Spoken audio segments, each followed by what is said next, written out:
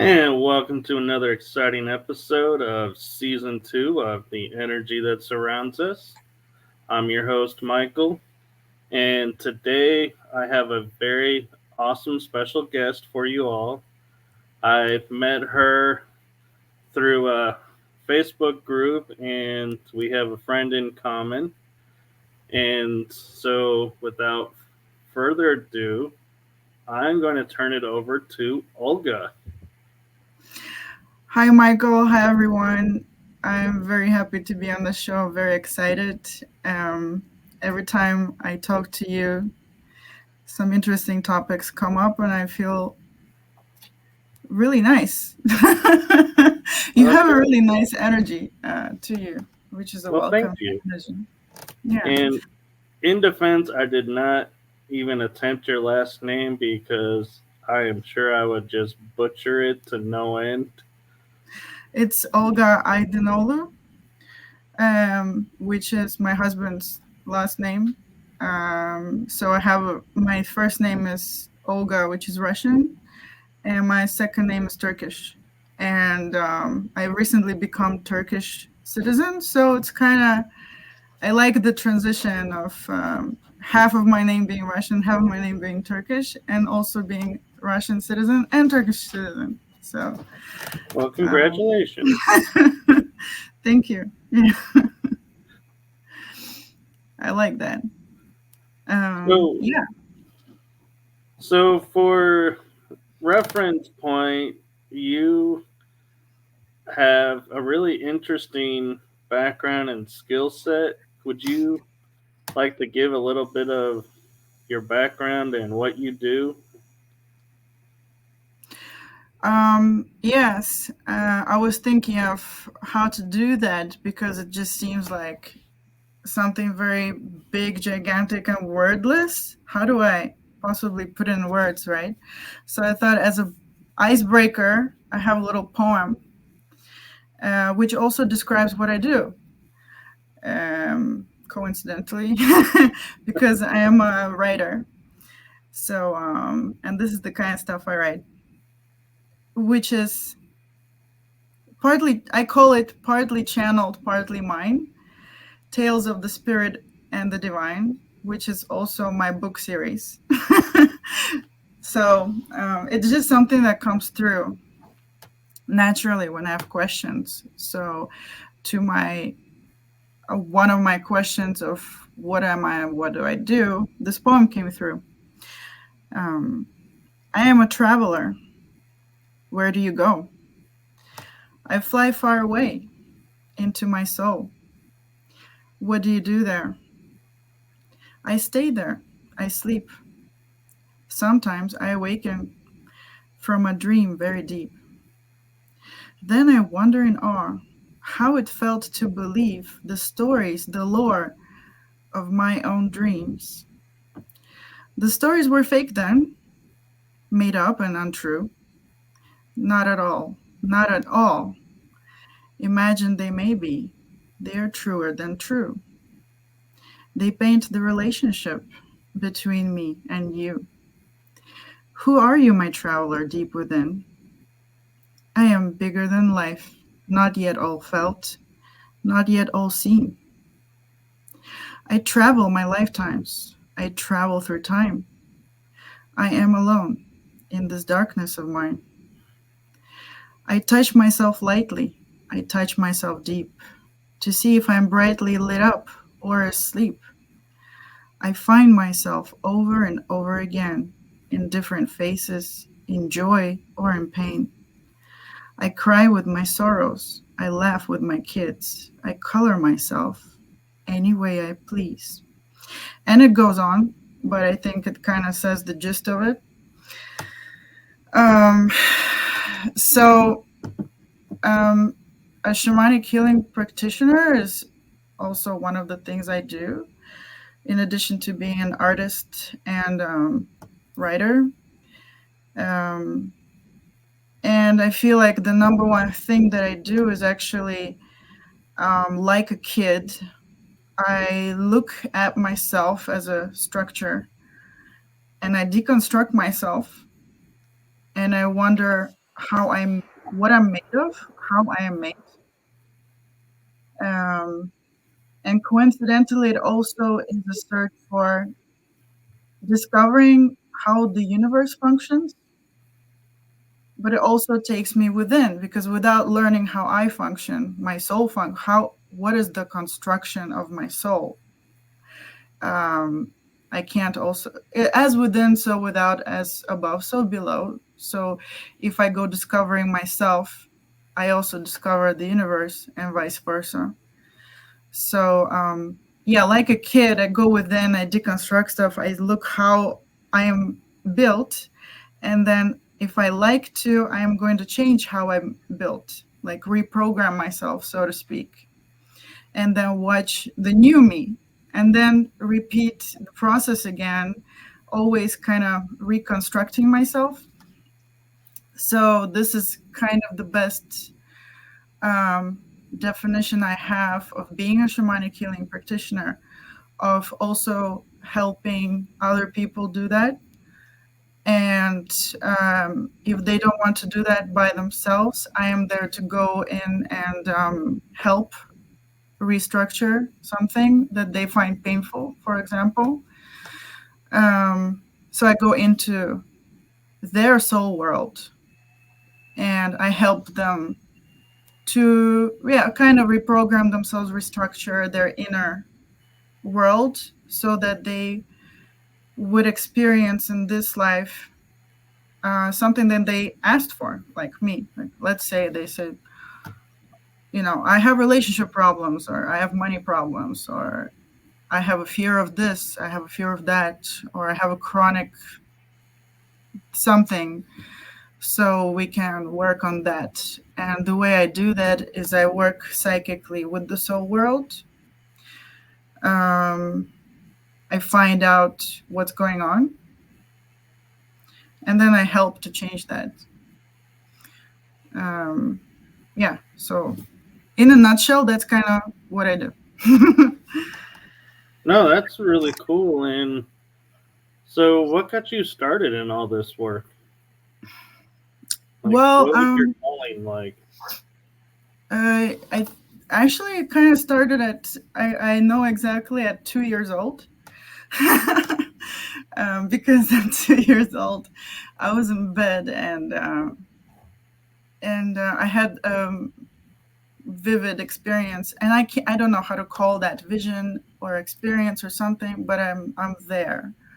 So I was in one of my unresolved, painful past lives, and yeah, I didn't want to die in that life, but I was dying in that life, the last moments, and I really didn't want to. Um, it was basically a warrior in the field, and I was just bleeding to death by a big rock because somebody stabbed me, like a group of people, and yeah, and I was just feeling really really. Uh, it's just like my whole world turned around because I had a wife and a kid, a son. And then I realized at that time just how arrogant I was in thinking nothing will ever happen to me and that I was the strongest person in the world and I wouldn't ever die. And my whole philosophy of life, like being a warrior, is the most, the best thing I can be, because why would you be anything else like a farmer? Because you know that somebody like me, a warrior, will come one day and pillage your village. Like, why would you ever invest your time in something like a house and a farm, when somebody will come and, like me, and will fight you and will win probably because you don't practice the warrior stuff. Like, you won't be strong enough to defend your village, so I didn't see the point in that, and I thought that the best way to make money is to be a warrior, and it didn't really matter to me who I was fighting for, as long as I got my gold and my booty after the war. But when I was dying, I was just so sorry for my all of my decisions, because I realized that I just left my wife and kid without anything, and I knew that they would just, at that time, their life would be really horrible from after my death. And I was just grabbing on with my all hands and feet trying to get back there, and I was just really didn't want to go away. And I felt like spirit, or actually I felt my now I know it's my spiritual team, but also it's like the divine, as I call it, which you can call it whatever word you want. I was given like a choice. Okay, if you remember who you were, and it's like weird, like who you are beyond that warrior and beyond this girl in bed. If you can remember that, you can go back in that lifetime and you will die as a kid here. So I was trying my best to remember who am I beyond the warrior and beyond Olga. And I cried myself to sleep trying to figure out who am I, because it was like at the tip of my tongue. I was about to remember who am I as a, now I can define it as a soul, more like a soul that creates incarnations. And I couldn't remember it. And just before I went to sleep crying, I was shown like, look, you didn't remember who you are, from which place you can actually reprogram yourself and choose what you want to do. You could actually stay alive there if you remember who you are. I mean, in a way, kind of, you couldn't. So then what is your decision? And I felt like this lifetime is going to help with that lifetime too. So I was like, okay, I accept that I am going to be this girl, Olga, and those people in the kitchen laughing out loud and cooking and arguing are my parents. And I agree. and then I never forgot that. And I couldn't always, like, growing up, right? If I remember that I agreed to be in this body because I couldn't go back and save myself in another life, and that I am also something beyond all these bodies, I couldn't really connect to life fully 100% since I was a kid. So then this thing was always in my head, and I was always thinking, I'm gonna get to who am I? I'm gonna get that answer.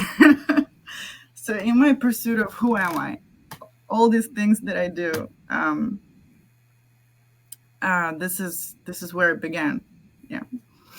And what's interesting too is, we don't think about today when, about, being a mercenary or being a warrior, is in today's terms, if you die in a battlefield, your family is taken care of by sorts through, means, but in the times that we're talking, nobody was going to sit there and go, wow, this person had 30 bags of gold attached to them. Let's make sure that gets back to the family.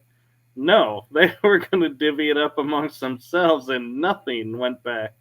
So, yeah, that's a hardship too of, they didn't have those methods back then of being a mercenary or warrior. Your family is going to be taken care of if something happens on the battlefield. That's why you would definitely be like, I could see you on the ground not wanting to die and think yourself invincible, because it's like, yeah, you die, there's Your no family one does. to help your family.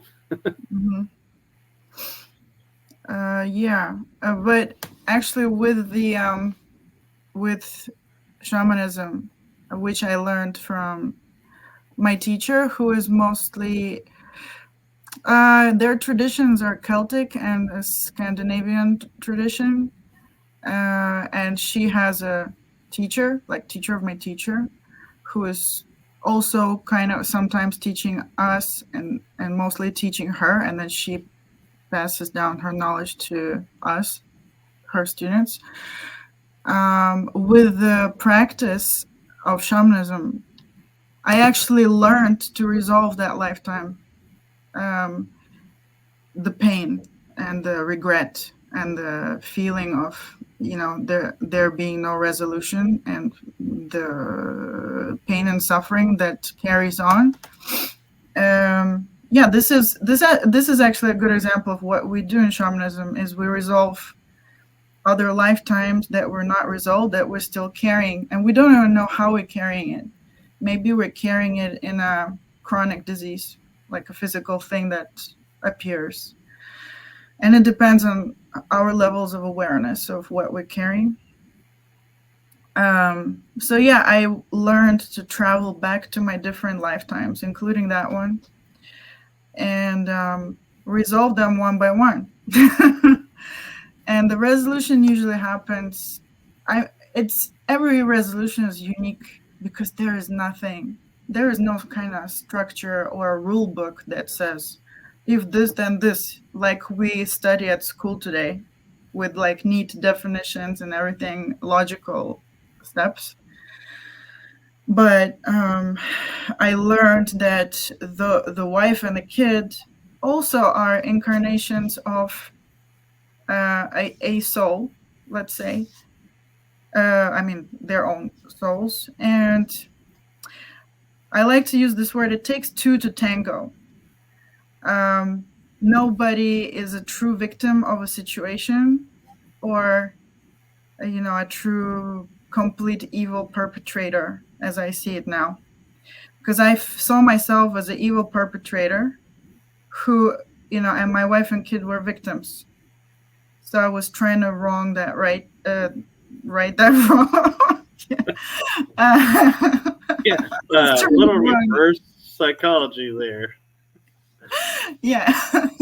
And it was kind of reverse because I understood that they also have free will, and we know what we're doing in our lifetimes. So I couldn't have done what I did to them if they weren't actually on some level of their consciousness, knowing that that's what they're going to get into, because for some reason their soul was seeking that experience for something that it was seeking, like a greater adventure, greater wisdom, greater uh, journey. So they were seeking an experience where this would happen to them. Yeah. And a Um, lot of, yeah. yeah, I'm going to interrupt because and I normally don't do this, but I think that is such a powerful awareness that I would actually like, could you repeat that awareness? Because that is something I think a lot of people struggle with. And if they could hear this, that will help them with, coming to terms with things, is that awareness. So if you could repeat that again, can you, or was that guided to you and you don't remember what you said, because that happens to me. Um, I'll just rephrase it that we have free will and we have different levels of consciousness. And we are more aware of more stuff on different levels of consciousness. And we do create ourselves. Just like in my poem, I said, I color myself any way I please, right? Right. And that does include painful experiences. If that is what our yeah, it's a very hard thing to talk about because it's useful at some points of self exploration where you reach that level of your own consciousness, a level of your soul, and you see the reason why you did something, such as hurt yourself. Um, and in that moment, it makes sense to, like, it's not painful to realize that. And then the pain actually goes away because you can forgive yourself. But it's not a useful thing to, like, as a definition to kind of say, like, oh, we create our life, so that means all the pain and suffering also we create. Because then you would go and talk to people who are currently in pain and say, well, you created this. What can I say? Because on the one hand, it's true, but on the other hand, we are on this level of consciousness, so we get to play this game now on this level of consciousness, where we have the ability to say, hey, you're in pain, let me help you. Or, uh, am I explaining myself kind of clearly? You are, and the part that I was really resonating to and was wanting to make sure that people heard was that part when you said you realized you were aware of your choices as the mercenary warrior. They were at choice being the wife and son. So you did not cause them hardship because this was something they came in to learn, I did so cause to speak. hardship. Okay, cool. I like this. Um, so there's a concept that I really love, which is how I see the world. And I see I see divinity, or maybe something we can call magic, or I like the word divine. I see it as this golden light, which is one, like all of us one. I see that in the space where two opposites that are opposite of each other. That means they cannot coexist at the same time. In the space and time and situation where they do concurrently exist at the same time, that I see as divinity, when you can put two opposites together. I guess it's like duality or something. How I'm not good with words all of the time. Um, like something simple like love and hate can exist at the same time. How's that possible? And that exists somewhere in us, which is a place of being alive. That is an exploration of how love and hate can exist within me at the same time. So I did cause them pain, but also on some level of their decision making, they accepted that I will cause them pain. And it doesn't mean that somebody can be kind of written off and as I guess we're talking about assigning blame then in this case. And kind of, I like to answer it with it takes two to tango. It was a mutual experience where I do have to atone and like experience forgiveness for myself and asking for their forgiveness. And there still is a need for resolution of this event, but yet also knowing that they agreed to tango, with me in this Right. dance. It also adds a level of understanding of just what really transpired and how powerful we are in creating things and why we create things. And you can find out why you created this too. Right. And I think on a certain level too, though, it's real easy, I think, emotionally to say I'm 100% at fault and don't give credence to what other people's, what I call lessons could be. And so, yeah, that's what I think is really great about what you were saying is, yes, me doing something may have led to this, but it was something that was mutually agreed upon. I didn't do and put them in this situation. So there's like, yeah, it's like you're saying, it may become more like a 50-50 blame. You're responsible for your part, they're responsible for their part, but the situation as a whole is not a one person's fault over another.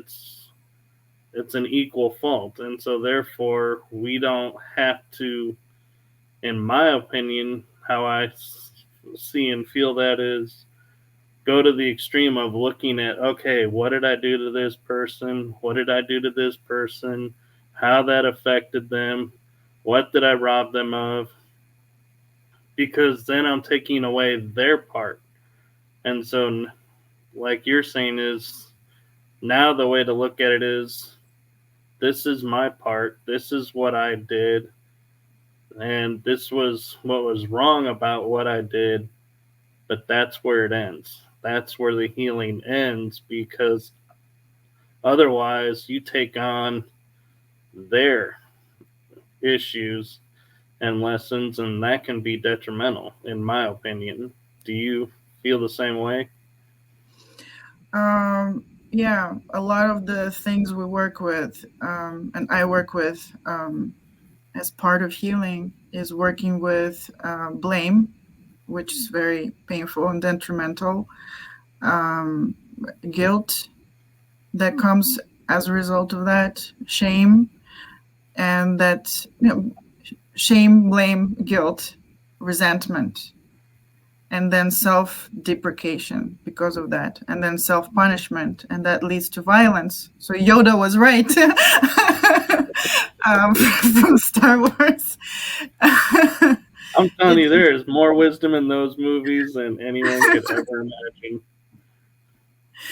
yeah, yeah, I feel they are kind of also partly channeling and partly, and channeling. When I say channeling, I don't mean channeling necessarily something or someone else, but you're channeling your own spirit, like your own soul, too, all the time, by creating this body continuously in this physical life. Um, but yeah, I totally agree. These movies, they know what they're talking about. But yeah, a big part of the healing is dealing with those things, like the guilt that we carry because we're blaming ourselves, and we're shaming ourselves, and we try to be violent to ourselves in desire to right a wrong, but then we are kind of getting ourselves in a hamster wheel, or like a vicious cycle, which is not resolvable, because we're trying to wrong a right. Oh, sorry. Yeah, right or wrong. I keep saying that wrong. We try to right a wrong, or deal with a hurt or a pain or an event of violence, whether physical or non-physical, by putting more violence. So we're on ourselves, but does it matter where we're putting extra violence? We're just trying to fight violence with violence, or like trying to fight fire with more fire. it kind of just gets worse and worse. Right. So So another way you could look at it is, if I'm not, correct me if I'm wrong, is say you're a soldier in an army, you're in a battlefield, and half of the enemy's army is killed, and you were a part of that. So, in looking back, you could say, I killed those people. And then you'd start taking on, oh my God, I'm a murderer. I murdered these people. And look at all of this that I caused. But you don't take into effect you were following orders, and they were equally at fault being on the other side. And their lesson could have been to die on a battlefield and to experience that. And so you gave them a gift where mentally, where we are, we look at it as, oh my God, what did I do? And start doing the proverbial whipping on the back, trying to repent and atone, when in fact there may be nothing to atone for. yeah, or I would say that we need uh,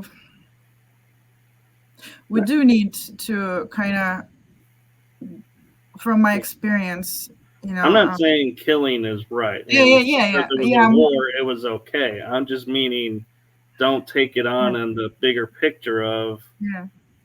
these hundreds of people died because I was there.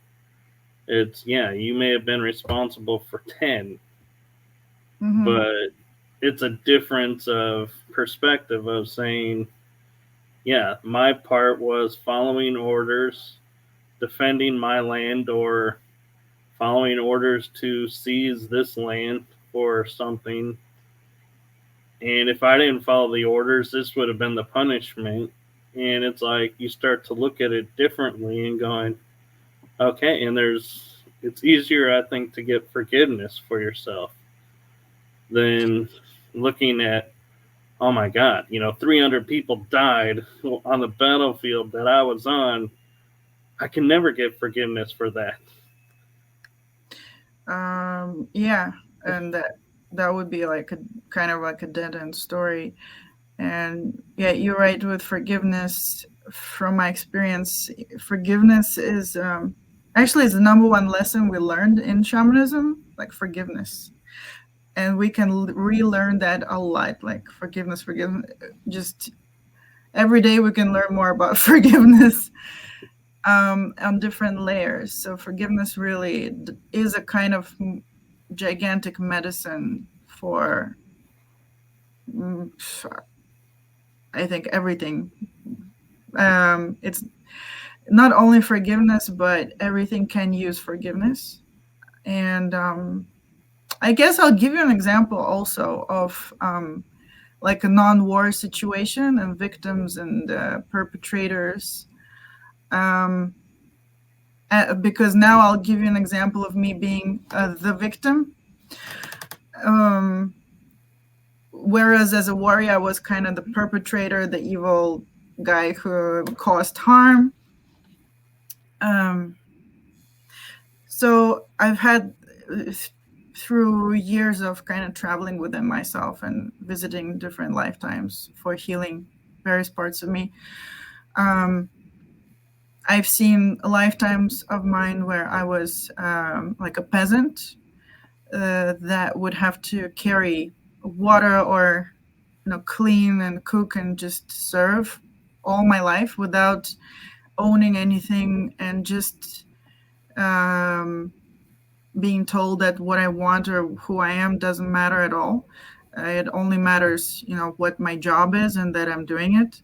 And like a lot of where I just kind of disappeared, and just wanted, yeah, yeah, it's a horrible experience on the one hand, and another experience where I was a midwife, helping people not only with giving birth but also with abortions a long time ago, and I was using also the I could say shamanic methods.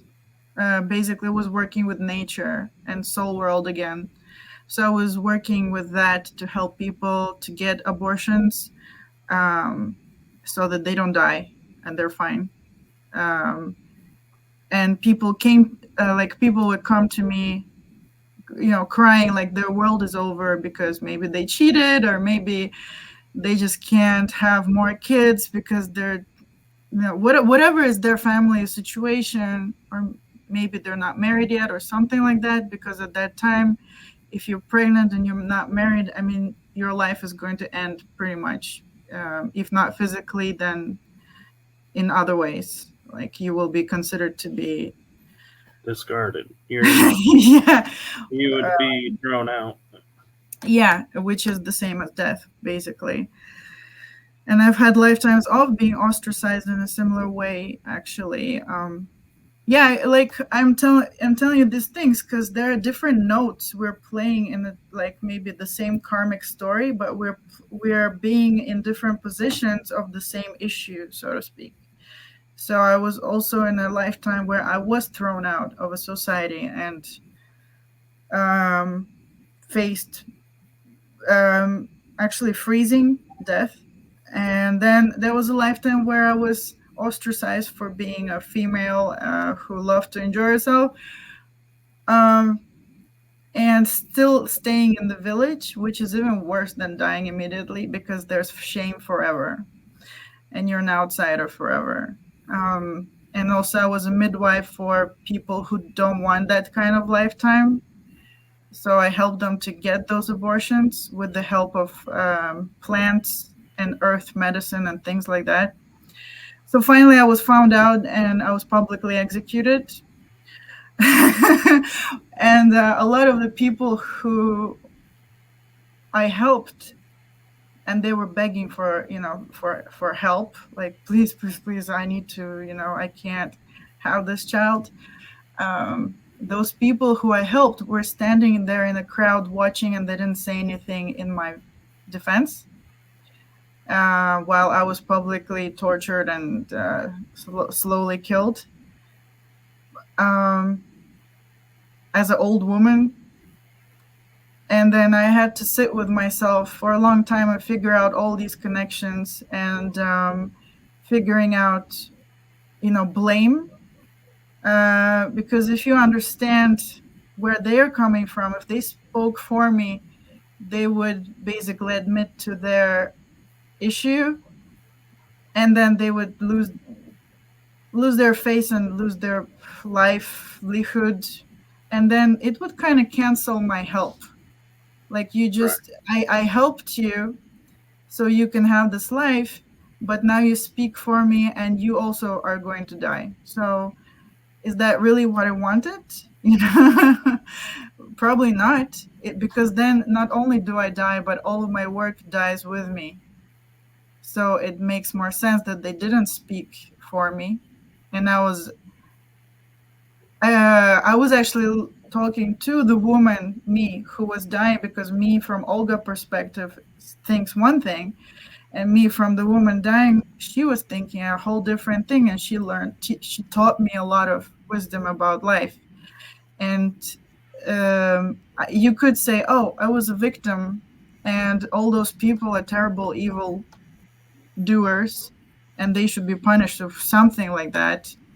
But I don't feel that, because I could also travel to my soul and ask, why did I create this experience of me dying publicly like that for this whole life? For this whole lifetime, what did I want, or what was I seeking that I created this life?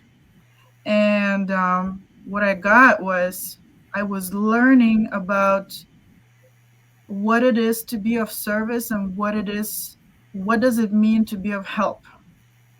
Because when I went into this journey of discovering that lifetime, I came as a wounded person who said, I don't want to be a healer. I don't want to help anyone, because I think everybody kind of uses you, and you will you will end up being in pain when you help people, because from experience it seems like helping people is not a good idea, you know.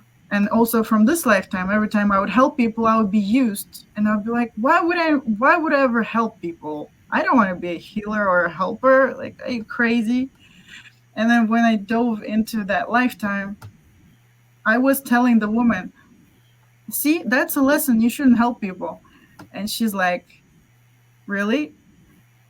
And she just kind of like downloaded her whole life to me, like as a memory. So it was like a lifetime of helping and, you know, experiencing this community. And anyway, I can't say it in a few words, but I think you understand that there was meaning in it. And once you experience forgiveness and understanding of everybody's decisions in it, the reason I created that life, and being a victim in this way, actually gave me this wisdom to understand that, oh, at least for me, I understood that helping someone and being of service, um, for me, I learned that it's actually something you do just as a passion, because you're interested in it, because it makes you happy. It's not about, yeah, obviously we can't go around helping like always at the expense of ourselves until we dig ourselves in a hole or something. But there's a balance there too. But yeah, I mean, there's an example of being a victim, but learning tons of wisdom from it. There's a purpose and reason for everything. That's what I learned. Right. And Yeah. if I'm not mistaken, because I'm not, we've talked a few times, and I think I understand the shamanism that you follow and do. And in my course of growing spiritually and as a person, I've done what's called shadow work. And shadow work, to me, to clarify, is where you look at patterns in your life and say, okay, this is a situation that causes this. Where does it come from? And what can I learn from that root cause? And it could be in this life, past life, but it's not. I'm clarifying that because I don't want people to think when I say doing shadow work, we're dealing with shadow beings. That's something totally different. This is an internal modality of your own self, not anything created or destroyed. Well, I guess you could say destroyed, because as you learn from the experience changes, and could the bad of it potentially is being destroyed and the good is being brought into the present. Is that, do I understand it correct? Is that kind of the shamanism that you're doing, or is it something different? Um, yes,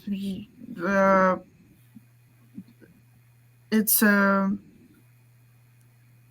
I want to like explain that many things in 3 words and it doesn't work. So yes, I'll say yes. That's a part of it. Totally, we do use the word shadow work. Um, we are acting as kind of detectives and investigators, diving into wherever we're taken, actually, um, to find out what is the root cause of this thing that I'm experiencing, like pain or suffering. Usually, we're triggered by pain and suffering, so that's what the things that we pay attention to. And like a detective, you dive in and you take into one thing, and you ask more question. You take into a deeper thing, maybe a lifetime, maybe something else, maybe something else. It doesn't have like rules and structure so much, because every situation is unique.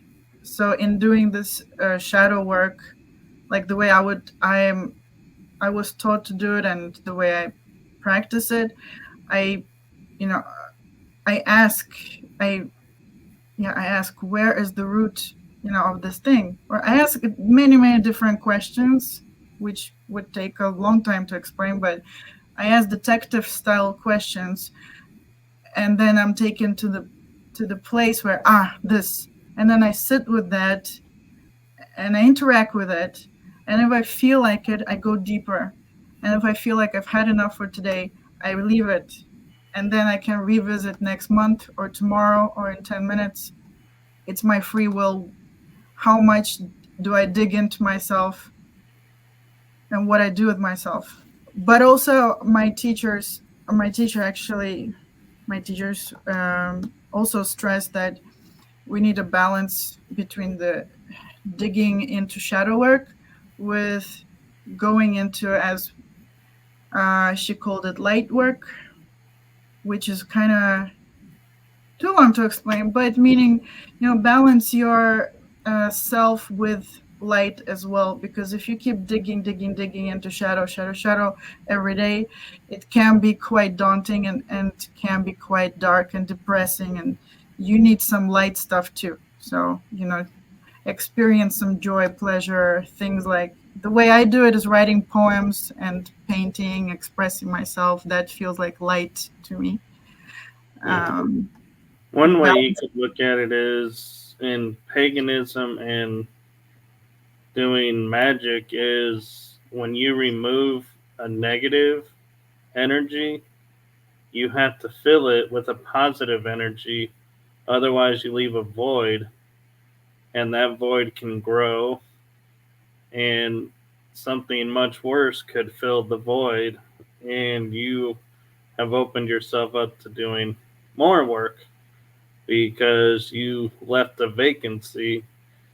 And so, yeah, you have to balance it. And as you remove something, you need to replace it with its equal or opposite because, yeah, otherwise you're going to be constantly just like, for example, what I'm meaning is if I have issues with the relationship and I go and I do the shadow work and say, okay, this is where it came from, but I don't replace it, then another issue can arise. And you go, well, I did the shadow work.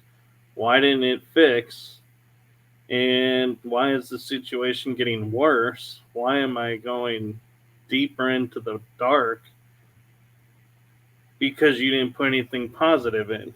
Whereas if I go, oh, I understand now this situation and I see the blessing in it and fill it with that, then if it arises again, your mindset is, oh, there's another layer to it. Okay, well, let's do the shamanist, let's do the shadow work on that. Let's nip this in the butt, not sit there and go, why did it not work? Yeah. And also, there are different, more layers to it. So sometimes you do some shadow work, but you still find yourself, having similar problems. That means you need to go deeper and have another layer fixed, and then deeper and deeper and deeper. But at some point, enough gets shifted that you actually experience. You start to detect. Oh, no, I'm noticing that I'm different right now. Whoa! And as you're talking about the filling in the space, I was just tuning into what you mean. Um, and yeah, like the way I see it, for as like a practical example that I can see myself, because I've been working with my fear of speaking a lot, as you know. So if I've been working like shadow work, like work, healing myself and doing a lot of shadow work on healing my fear of speaking, but if I actually don't use it for speaking, if I actually don't go out there and start speaking, little good does it do me, kind of. Like, yeah, like I could just stay in that darkness. but if I actually like you say, fill that space, so if I fill that space with life by speaking, then it just like you bloom. um, and yeah, like light work. Right. um, my guides actually recently showed me this thing where I was doing too much shadow work on my fear of speaking. And I didn't want to speak unless I knew I have healthy intentions behind it. And then my guides were like, and I keep asking myself, why do I want to express this? Why do I want to express this? Why do I want to express this? And that nothing came through. And then I was shown an answer like, why does a tree grow? And I was like, what do you mean? Does it grow for sick reasons? It just grows. Every branch is growing, leaves are growing, fruits are growing. Why does it grow? Does it have to be a shadow reason why it grows? And growing symbolizes speaking, expressing yourself, being yourself. Right. And I'm like, no, it just grows because that's its nature. And they're like, it's your nature to speak and express yourself, and it's okay to just do that. Like they said, yeah, maybe part of the reasons are still unhealthy in you, but then there are healthy reasons too. So why don't you just speak, and you can deal with more problems later, but you need to actually live your life and experience that light, the life. So I guess that's an example of balanced shadow Yeah. work. And another way too to look at it is like you're saying with trees. Is I always grew up hearing the adage: if a tree falls in the forest and no one's around to hear it, doesn't make a sound. And I never understood that. I was like, and I'd always sit there and I'd say to myself, why do I care if the tree makes a sound? What it's like the tree fell. Of course it's going to make a sound. Everything makes a sound when it hits the ground. But then it's like I started thinking about it and going, well, why am I driving myself nuts trying to figure out why they're asking me if it makes a sound? And instead, I could just say, yes, it does, and move on and like go on with my day. Why do I give so much time to trying to like figure out why people are asking or why am I thinking a certain way instead of just realizing I'm thinking that I can change it, move on. And it's like you activating like your creator part of you, like participating in life by creating. Like, I created an answer. The answer is yes. For now, it's good enough. Let's go on. Maybe one day I'll have enough curiosity to revisit the question. My answer will be no for another 10 years. And then I'll forget about that. But you're kind of being the creator in like, yeah, like filling the space, like creating that reality for yourself. I'm going to live in a world where the answer to that is yes. So let's experience the world like that. And you're being the creator, being Yeah. alive in that sense.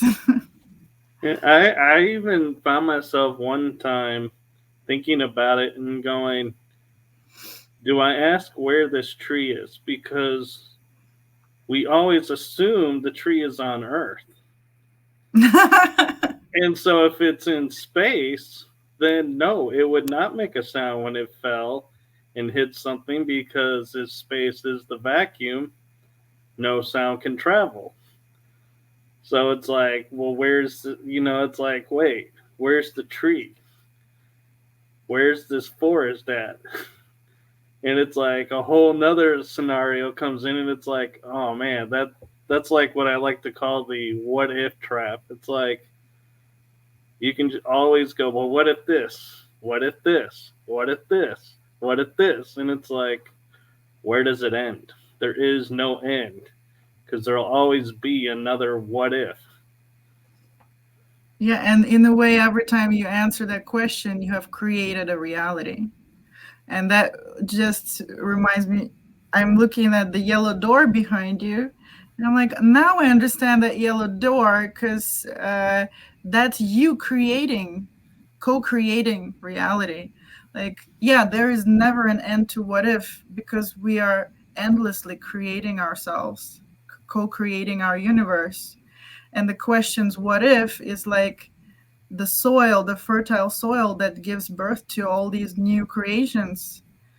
And what if is a question for any writer to create a story, because the question, a story is an answer to a what if question in a way.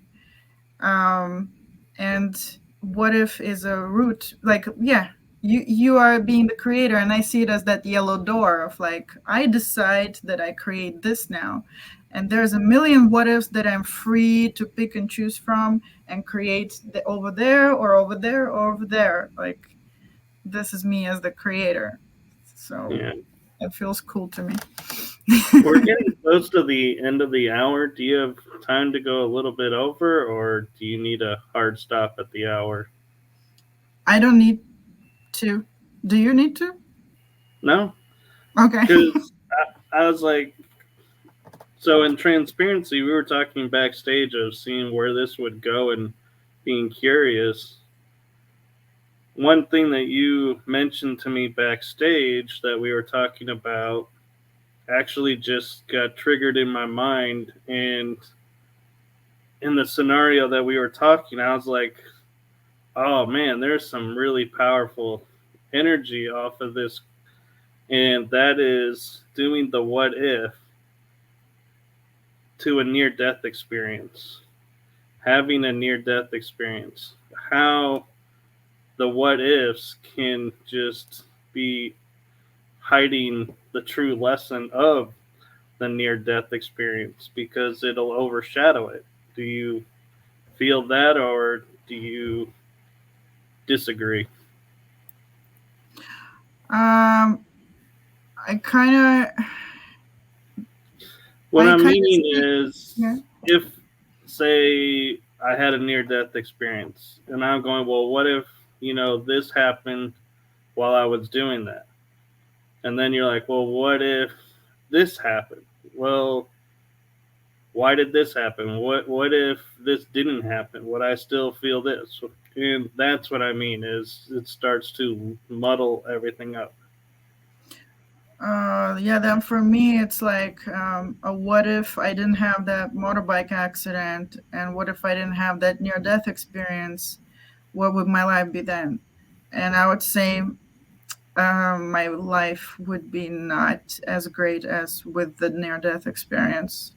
The near death experience was like a gigantic medicine I needed to take at that time, because I was just really confused and deluded in my life as a 16-year-old. I was too focused on goals and doing things that I kind of knew that I wouldn't even be able to do, and I didn't really want to do. I was just, I was anxietying myself to, that's a verb I created, anxietying myself to sleep every night, because I was afraid that I wouldn't be able to do all the things I thought I had to do. And I didn't even have the self-awareness to understand why I was doing that. So my near-death experience kind of like slapped that out of me. It showed me, like a perspective. Basically, I had a talk with my guides and had a realignment of perspectives of, kind of like, yeah, that's, do you think you came to this life to experience this life so you could do all this stuff that you don't even want to do? And I'm like, oh no. And I just completely changed my life. And even the moments after the accident, when I was in the ambulance going to another city, because I was the stupid kid that went to another city to get into a motorbike accident and didn't hiding from my parents. So I had to be going back in the ambulance back to the city where I lived in Bangkok. Um, and in the ambulance, I was extremely happy because I was like, I was like, whoa, this is the best experience of my life. And I had a good looking guy next to me who was the guy that crashed the motorbike that we didn't have wear helmets, but I was the happiest person in the world because I was like, wow, this is life changing. This is like a movie. I am in a movie. I am in this great movie. And I was just so happy with my realignment of my perspectives that my guides helped me to figure out. And I completely lost the fear of death because I was going crazy being afraid of death. I was going crazy loving vampires for that reason because I really wanted to be immortal because I thought there anyway my teenage brain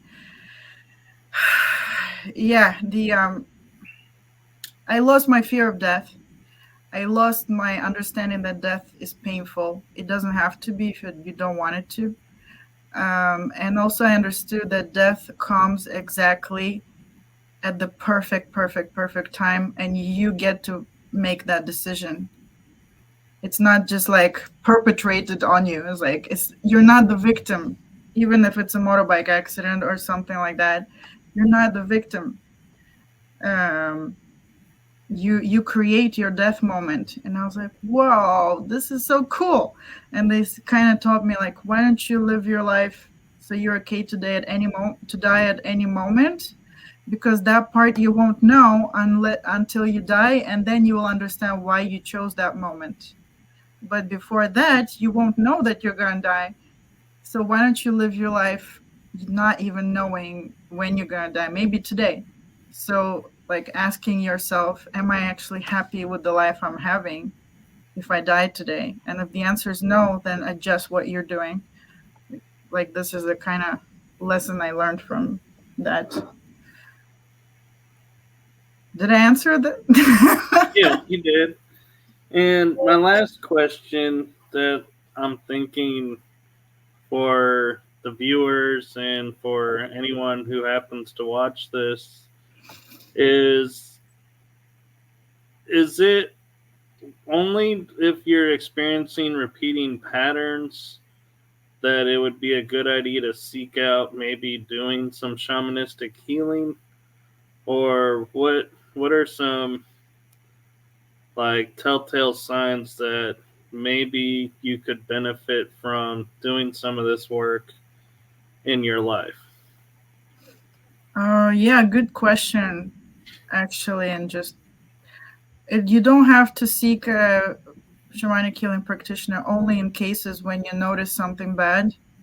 But if you are seeking to create more of the good stuff in your life, like maybe be more expressive, more creative, if you want to write more or something, if you want to enjoy life more, that is also a reason for a shamanic healing practitioner. It doesn't have to be, oh, I have this pain, I have this problem, I have this issue that needs to be fixed. It's not only about that, it's about, I'd like more of this. And I also help and teach people with energy work, with healing work, um, how to develop their psychic perception. So how to like talk to their souls, for example, how to talk to their spirit guides, and how to connect to basically whatever they want. I help people with their psychic perception, whatever their issue is. If they're the beginner state, intermediate state, advanced state, there's always something that you can do with it. Just like with life, you have the negatives and the positives. You can always discover or heal something in that as well. So I do help people with that, um, with psychic perception. So I think that's a great thing to hear because, like, for me, doing the shadow work and everything, I was always told and taught it's to fix things in the past that are affecting you today to bring them to a positive.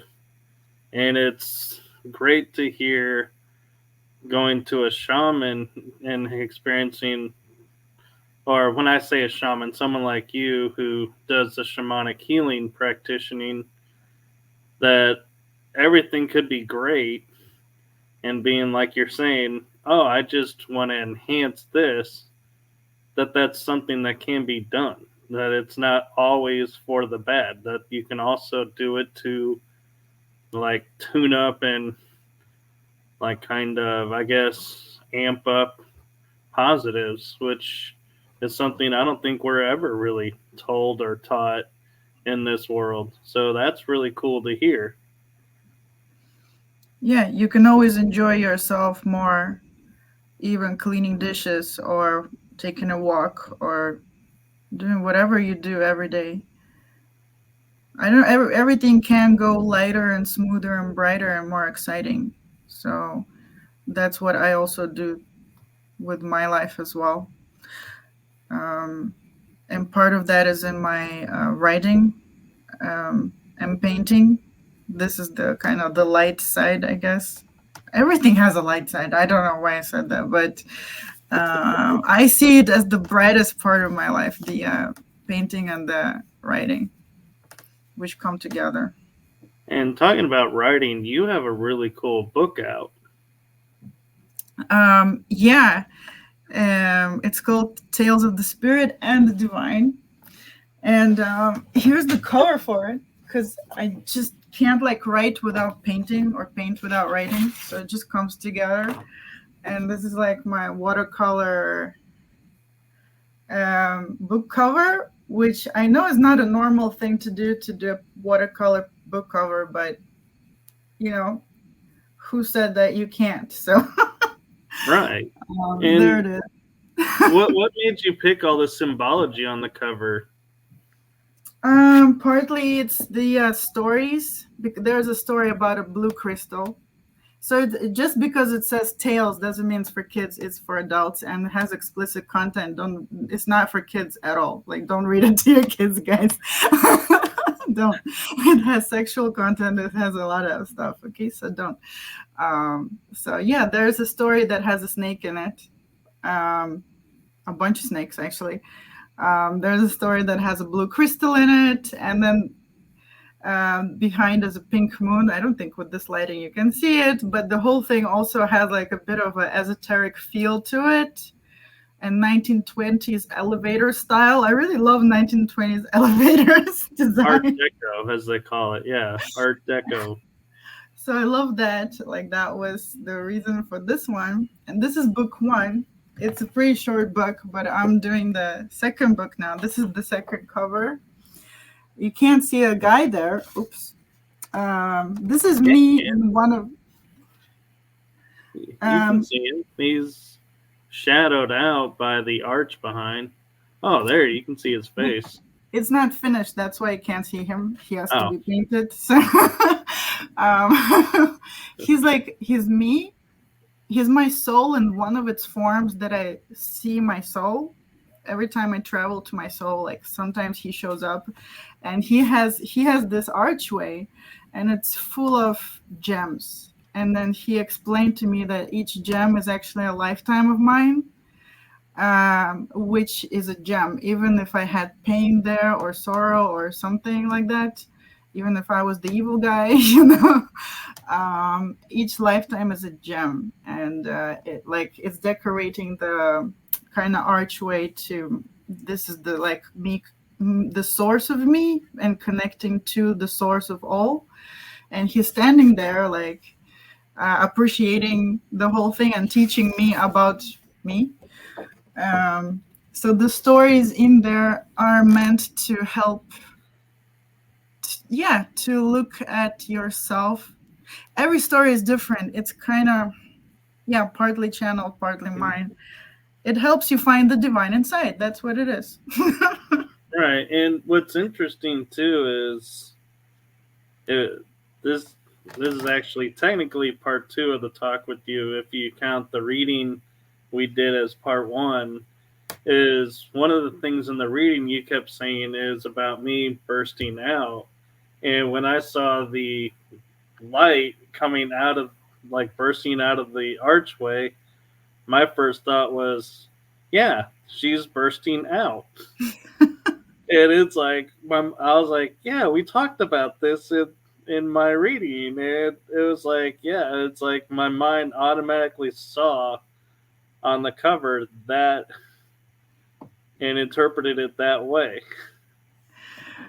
Yeah, yeah. Every time I learn something new, like what you said, yeah. And every book, I guess, is gonna be like a stage in my development, but in my growth, in my experience of myself. But whoever would be reading it would be connecting to their own parts of their journey, and to help them kind of figure out whatever they need to figure out in that, because it deals with stuff like fear and expansion, self exploration. And the stories are in a style of magical surrealism. Like I call them surreal. They're not real, and they're not. I don't know. They just go just like my visions where I travel. Yeah, you're not necessarily on planet Earth. You're not, I don't know what it is. There's no bounds. So I guess the best word I can describe it is magical surrealism. Yeah. It's a way to where, as with anybody who writes, they want to bring the reader into the story, and so they can feel it's partly their story. And that's what you're doing by doing it that way, is giving every reader the chance to say, okay, this one's not really my story, but this one is. And so that may be more in line of what your style is, or that's what it seems like to me.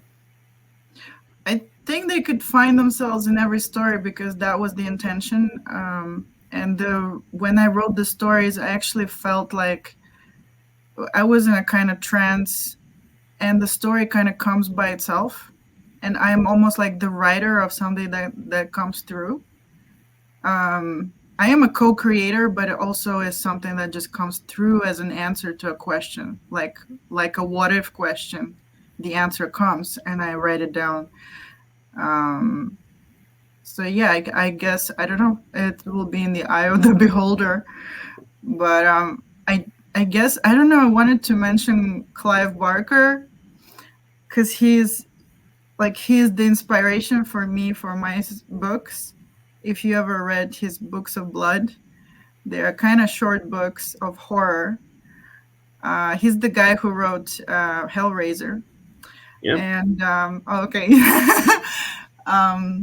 yeah, I love his books. I love everything by Clive Barker and his art and just everything. I'm his gigantic fan, and I love the books of blood because they're like little short stories, and they're supposed to be horror. Like, yeah, there's horror stuff in it, but I always found so much love um, and life in them. It's like even the most horrible being that he's talking about, that guy has a story, and in a way, he is living love. And like that, I find is really magical and really transforming. Like a person who would read that, there's something transforms in you, where yeah, again, things like, oh, the perpetrator and the victim kind of maybe are not so black and white anymore. Like Yeah. Mr. Be Gone or something. Yeah, I love all his books.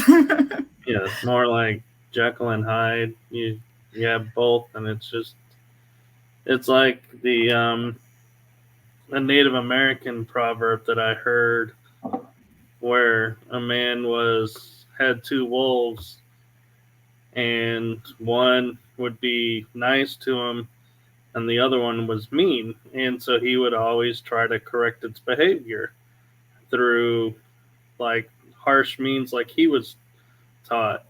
And he finally went up to the medicine man and was like, hey, why is this one wolf good and this one so bad? And he says, well, you see this wolf as good, so he's good. You see this wolf as bad, so he's bad. You need to. It's what you're feeding the wolf that's making the wolf who he is. And so he says if you continue to feed him this harsh, negative energy, he's going to continue to react harsh and negative. Where this one, is that on your end? Oh, you hear that? Yeah. Yeah, it's morning prayer time. I live in a Turkish village and we have a Oh, mosque. So that's the mosque of the village. The guy is saying like everybody go to pray now. oh, Sorry, you can hear it. I can't turn it off. no, no. I was just making sure that I wasn't like Hearing stuff. hearing something coming through and being like, oh, wait, maybe I shouldn't be telling this story. Yeah, and if I wouldn't tell you what it is, you'd be feeding it your energy and Yeah. making assumptions and creating And choices. yeah, and a lot of people be messaging going, oh my God, there was a spirit that came into their episode. And it's like, yeah, prayer spirit, but that's it. Yeah, is the guy. He will sing for a while. Sorry. No, it's fine. And if you need to go pray, we can end it. And No, but yeah, and I totally agree with what you said with the wolves. The what you feed it or your perspective defines your experience. Um, yeah, and part of the healing with shamanism is looking at a new perspective and seeing things in a different light. yeah, my other favorite native adage that you probably would get a kick out of is a man every day walks down to get water from the river, and he has on his back a stick with two pots, and one has a crack in it. And so every day he goes down, fills them up, and as he walks up and gets to his home, he sets them down and has to go refill one of the pots and can't understand why he's made to do this. And they say, well, look at the path where the water has been dripping out. There are flowers growing and beauty has arisen. So is that crack really bad in the pot, or can it be a good thing? And you have to sit there and look at it and be like, yeah, that's a really good point. Walking that pot back up from the water source has allowed all these flowers and plants to grow and thrive that would normally not be there. Yeah, that's exactly how I was feeling about the lifetime of dying in front of in public, who didn't speak up for me, but took my help, um, or the warrior me who was dying. Because if I didn't have those experiences, I wouldn't have asked all these questions to myself and experienced the transformation and perhaps changing my mind and saying that, oh, it's okay to settle down and grow a garden and have a house like like a farmer, as opposed to the warrior perspective who says, why do it when someone will take it away from you anyway? So everything has a light uh, a light to it. Right. And I'd like to talk more about like the Akashics and everything, but it is getting it's getting late for me and it's early for you, and so I just feeling like we probably are at the end of the time for this episode. We can always have you back on for another episode to talk more about the Akashics and more about the shamanistic if you'd like. Yeah, I totally enjoy these talks. And for anyone who wants to hear about Akashic record stuff, you can go to Expansionscapes, my YouTube channel, where I do share my experience of how I learned about the Akashic records and like everything about how I experienced the Akashic records. Not everything, but what I so far talked about. So yeah. And if somebody watching this is feeling like maybe this is something I need to look into and would like a session, how can they reach you to get more information about being shamanistic healing practicing and maybe get a session from you? They can write me at expansionscapes@gmail.com. That is the best way to reach me. But also, they can type expansionscapes on YouTube and they'll see my YouTube channel, and all my contact information is in that YouTube channel as well. I have a website, but the website doesn't have a short domain. So the website, though, is in the YouTube channel, Expansionscapes. Okay, and I did put a few of your links in the description, so if those of you watching, you can find that there. So thank you, Olga, for Thank you. coming on and sharing your wisdom. Thank you so much. I enjoyed it. It was fun. Yes, we'll have to do it again. Yes, I'd love to. And good night to you and everyone in your part of the world. And good morning to me and people on this part of the world. Okay, and so I will say good morning, good evening, good afternoon, wherever you are in the world. Just please, please, please make it a blessed day. Find the light in everything. And I think that'll truly, truly start to help the world. We need more light. Agreed. Yeah. So, with that, I am going to say good night to everyone. Bye bye.